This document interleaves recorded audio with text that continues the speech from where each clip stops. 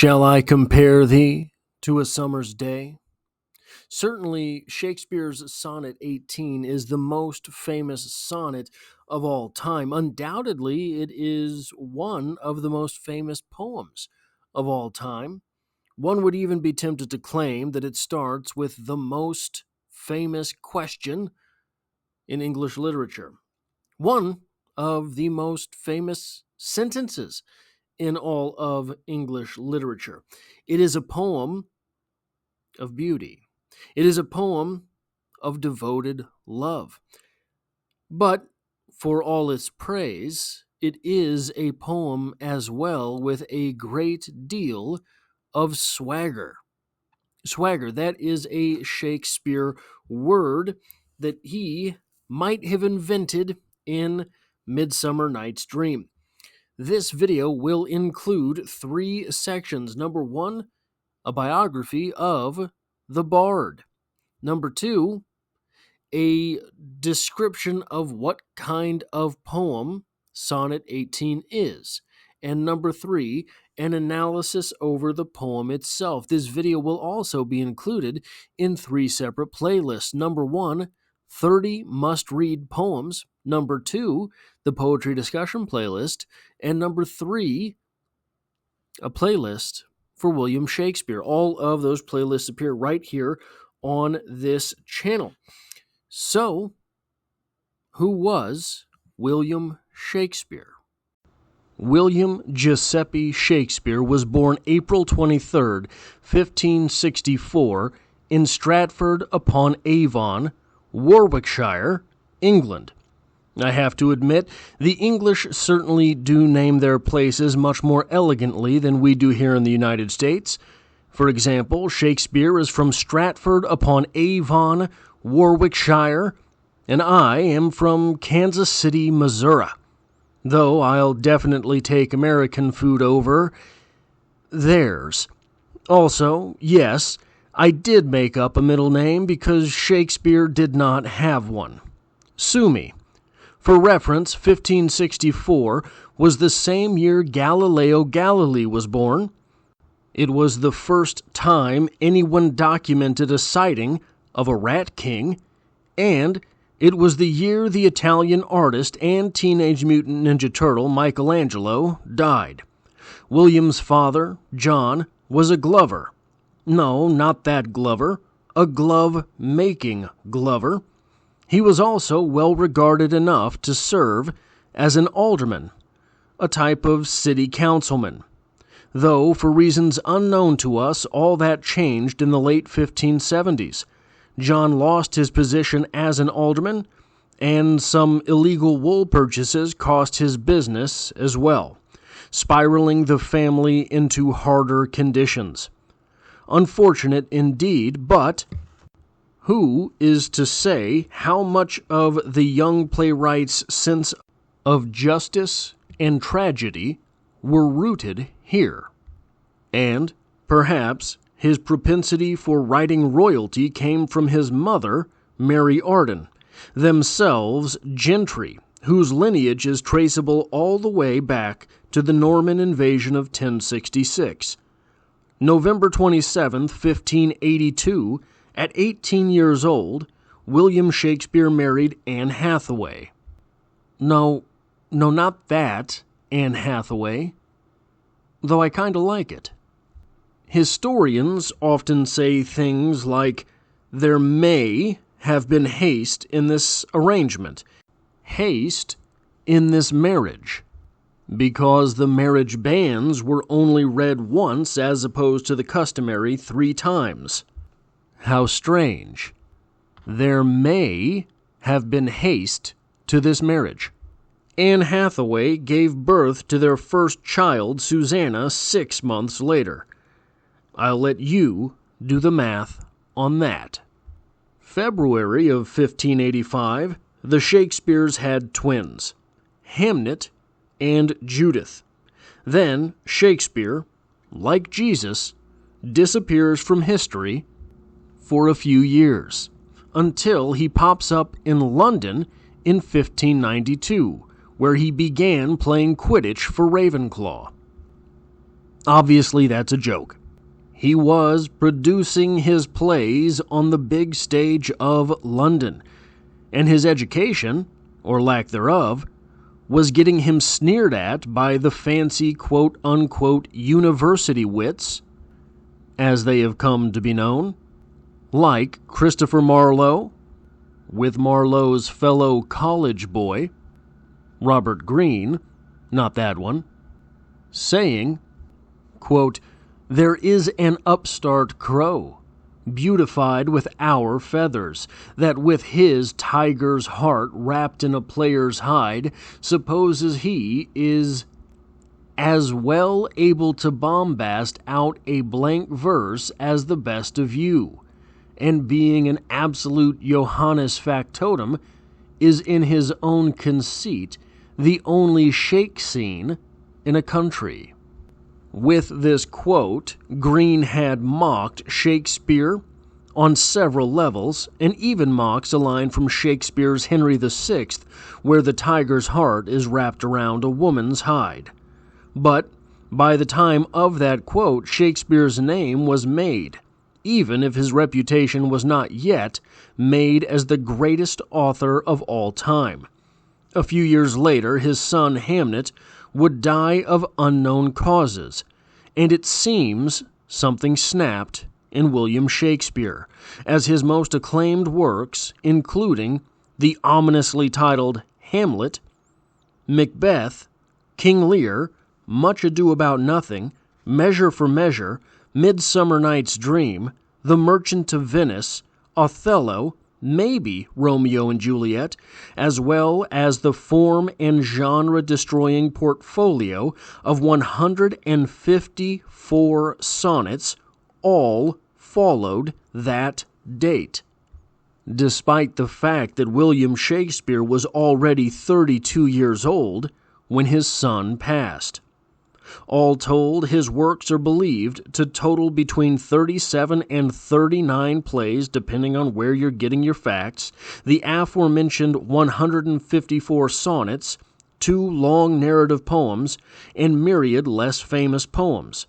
Not to mention, he's believed to have invented or introduced 1,700-ish new words, including such bangers as bedroom, majestic, lonely, undress, critic, addiction, and Jessica.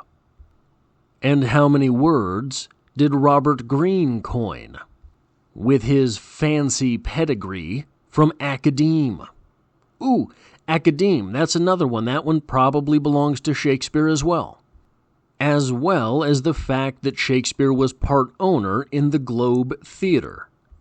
In 1613, Shakespeare seems to have retired, though he may not have conceptualized it as such.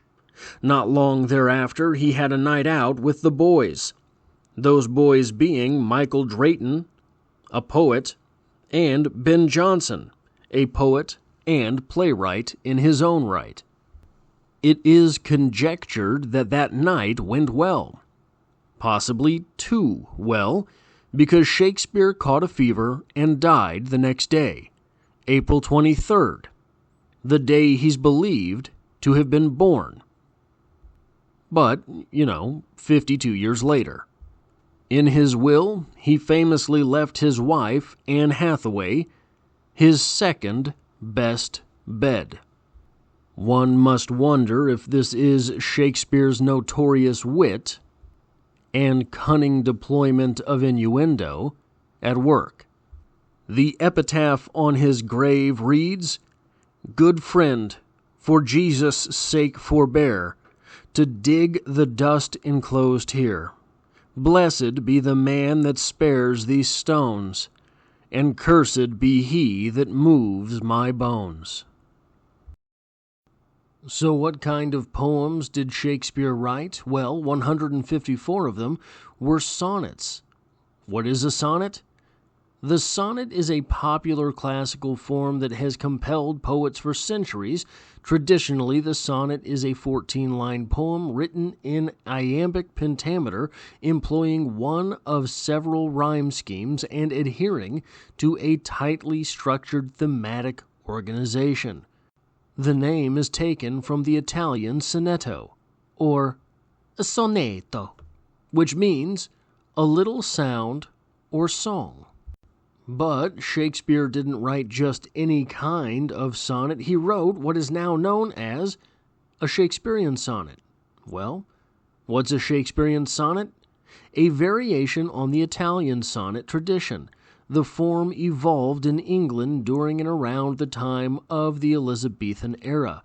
These sonnets are sometimes referred to as Elizabethan sonnets or English sonnets. Although Shakespeare's sonnets have prominently endured for centuries, he was hardly alone in his embrace of this poetic style. Many prominent English poets of the day, from John Donne to John Milton, also wrote sonnets.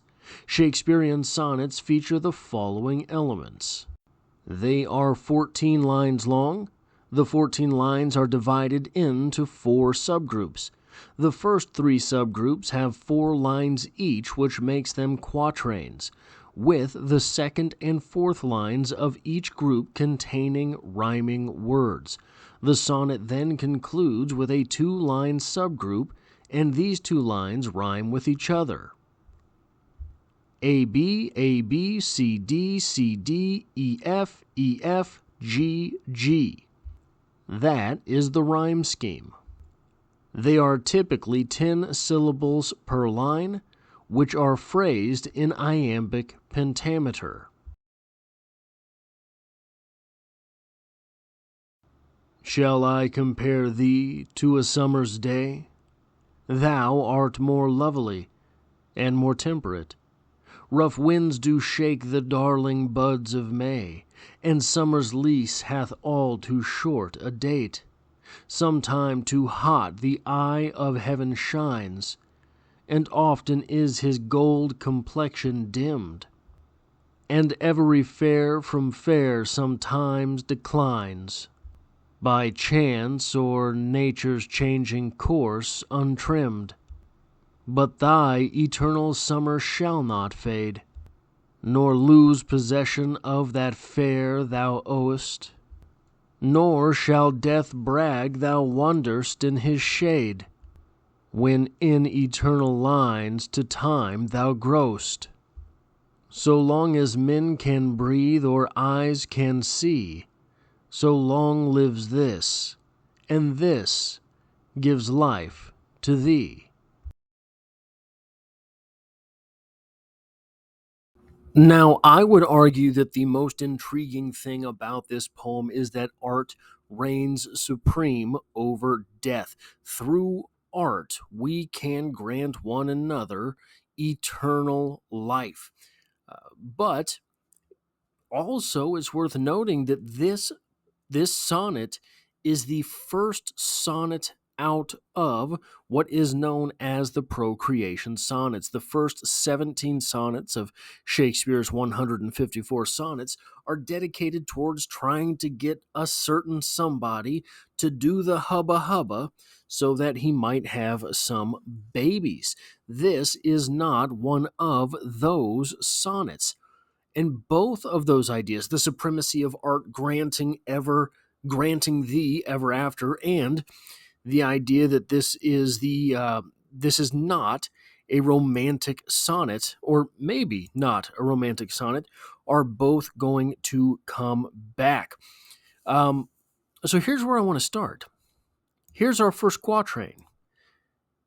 Day, temperate, May, date. So you've got A, B, A, B. Okay, the rhyme scheme checks out, but what is going on in this quatrain? Well, the beloved, the thee in question, is compared to a summer day.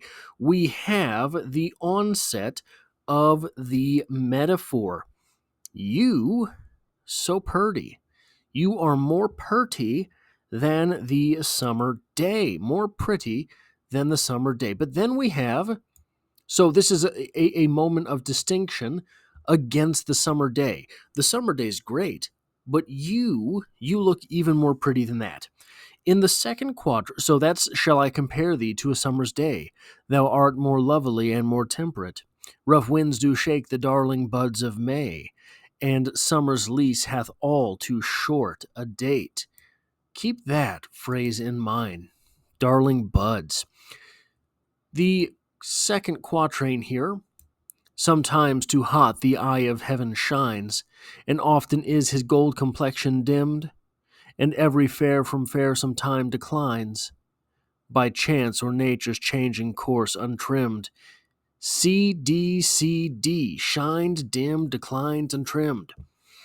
Here, what we're doing is setting up the idea that beauty fades.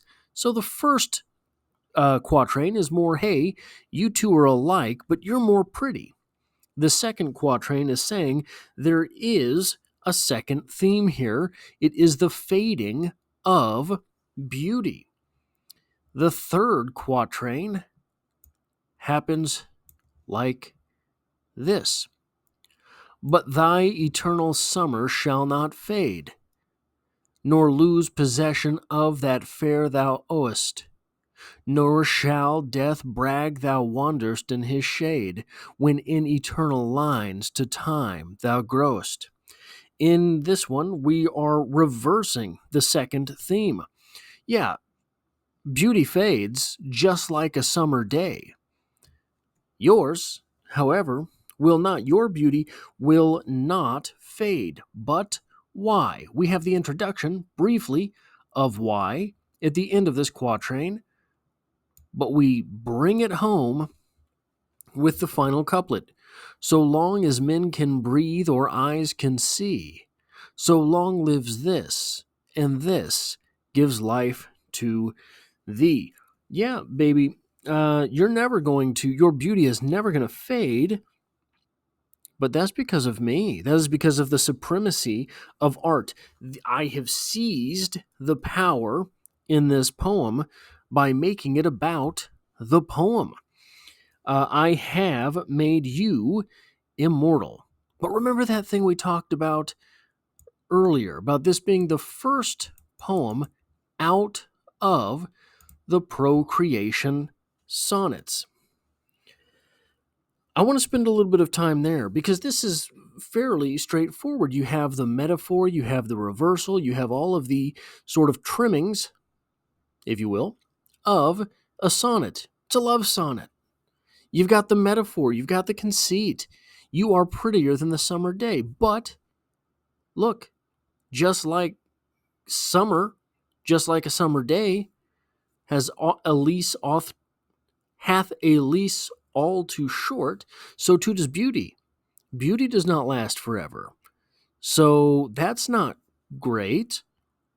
You've got to be more than beautiful, right? Unless there's something you can do that lets you escape from the fading of your beauty. And that's something, well, be good enough to me that I write poems for you.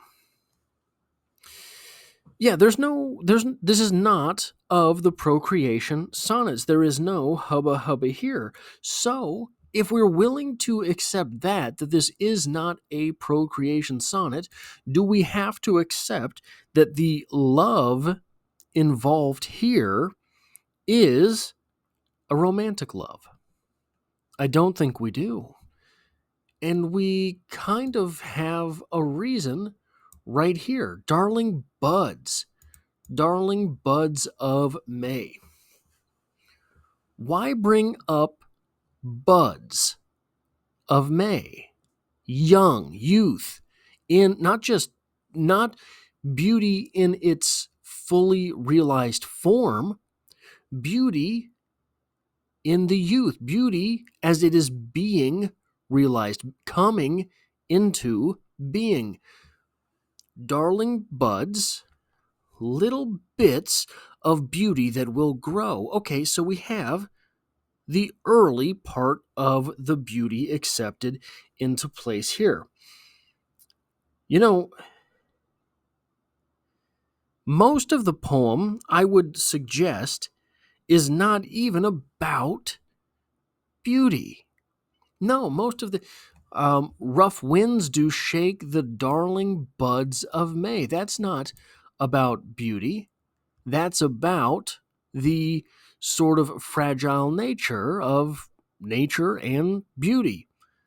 Summer's lease hath all too short a date. Well, that's not about beauty necessarily. It's about the short lived idea of beauty. Sometimes too hot the eye of heaven shines. That's not about being beautiful, that's about suffering. And often is his gold complexion dimmed. The beautiful sun, the sun that creates the beautiful summer's day, well, sometimes he doesn't always come out. He's a little bit melancholic, don't you know? And every fair from fair some time declines.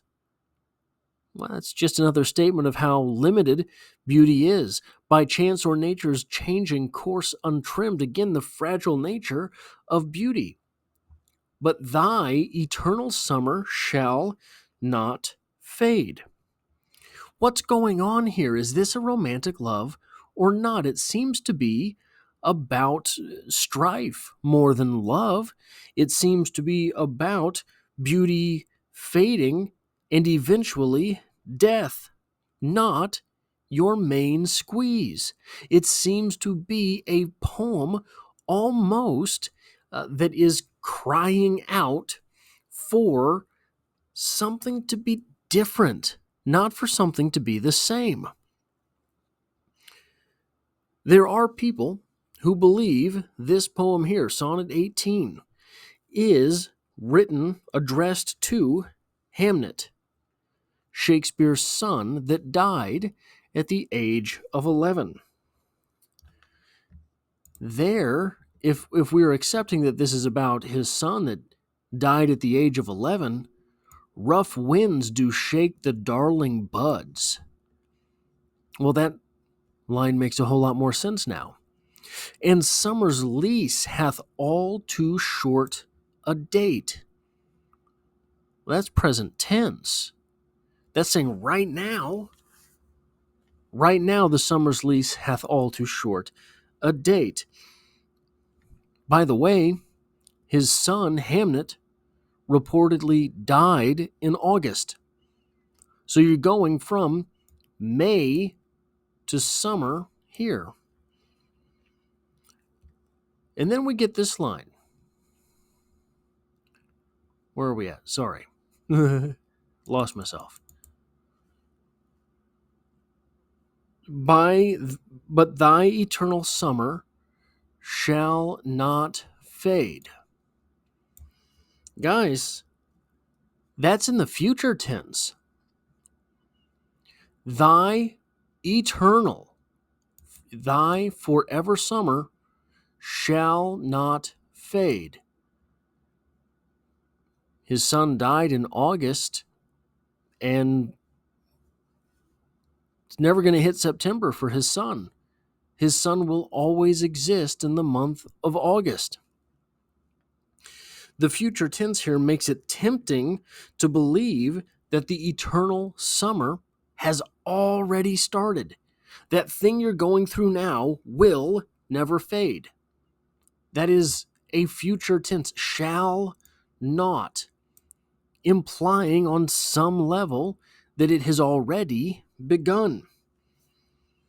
Then there's this line, nor shall death brag, thou wanderst in his shade. Now, yeah, it can be read that the poem here is itself future casting. When you die, death will not brag that you stand in his shade. It's still present tense. It's still saying you wander in the shade of death. This is a present tense statement saying you wander, the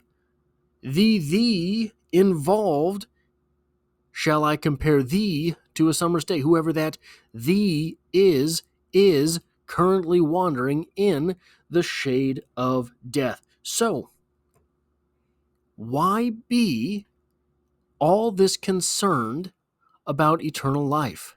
Why be all this concerned about eternal beauty if who you're talking to, who you're talking about, is your hubba hubba baby and not your literal child? Well, why be all that concerned about eternal life, about eternal beauty, about the poet?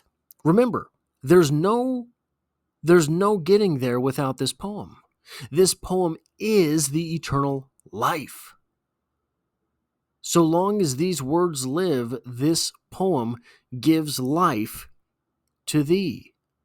So long lives this, and this gives life to thee. Still, present tense. Why be so concerned about this if it's just your lover that you're talking to? Why be so concerned about the ever after if it is your lover? Well, maybe it's not Shakespeare's lover. Maybe this poem is addressed to Hamnet. Would you be all that concerned with your lover's ever after? Or would you be more concerned with someone's ever after if you felt you were unable to stop their death in the first place? Is this poem coming from the place of a father who lost a son, promising, so long as this poem lives, so too, young Hamnet, will you? So long as this poem lives, you will too. That is all I have for this poetry discussion. 30 must-read poems. This is Sonnet 18 by William Shakespeare. If you like or appreciate this type of thing, hitting the like button really does help me out, as it tells YouTube to share this video with other literature lovers. And if you find yourself here by chance but not design, literature is the only thing I talk about on this channel, dropping multiple videos every single week. There's poetry every Monday, and I hope to have you back for the next one.